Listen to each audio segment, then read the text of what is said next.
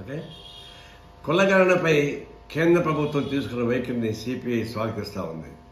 ఇప్పుడు దాకా రకరకాల పద్ధతులు పెండింగ్ పెట్టింది బీజేపీ గవర్నమెంట్. వాస్తవానికి ఇష్టం లేదు. అయితే భారతదేశం మొత్తం మీద కూర్చున్నటువంటి ఒత్తిళ్లు, రాజకీయ ఒత్తిళ్లు, ప్రజల ఒత్తిళ్లు, బీసీ సంఘాలు, ఎస్సీ సంఘాల ఒత్తిళ్లు పెరిగాయి. ఆ దెబ్బతో రాబోయే దెబ్బ కొడతామని చెప్పేసి ఇప్పుడు కులగణన మీద అంగీకరించారు.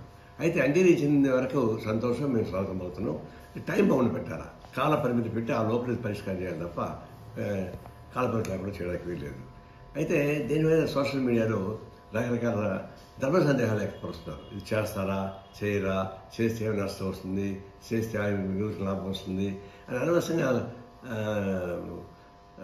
అసంబద్ధమైన ప్రశ్నలు లేవనెత్తున్నారు. ఇది కరెక్ట్ కాదు. ఒక యజ్ఞం చేసేటప్పుడు కొన్ని ప్రాబ్లమ్స్ ఉంటాయి, దాన్ని అధిగమించుకుంటూ పోవాలి తప్ప భవిష్యత్తులో ఏమవుతుందో దాన్ని ఊహించుకొని ఇప్పుడు ఆటంకాలు పెట్టడం మొదలు పెడితే ఆ ఆటంకం సరిపోతుంది. అందువల్ల ఎవరికి సస్పెన్షన్ అస్సలు లేదు. ఎక్కడ ఇబ్బంది వస్తే ఆ ఇబ్బంది ప్రజలు మళ్ళీ తిరిగి పోరాటం సాధిస్తారు. అట్లా సాధించుకోవాలి తప్ప అది సాగలేకుండా చేయడం కరెక్ట్ కాదు. ఇప్పుడు ఈ కుహన ప్రశ్నలు చేసే వాళ్ళందరూ కూడా నోరు మూసుకోండి, దీన్ని స్వాగతించండి, దీన్ని జయప్రదం చేద్దాం. ఆ క్రమంలో ఏమైనా బీజేపీ గవర్నమెంట్ కానీ రాజకీయం చేస్తే పోరాడడానికి మనం సిద్ధంగా ఉన్నాం.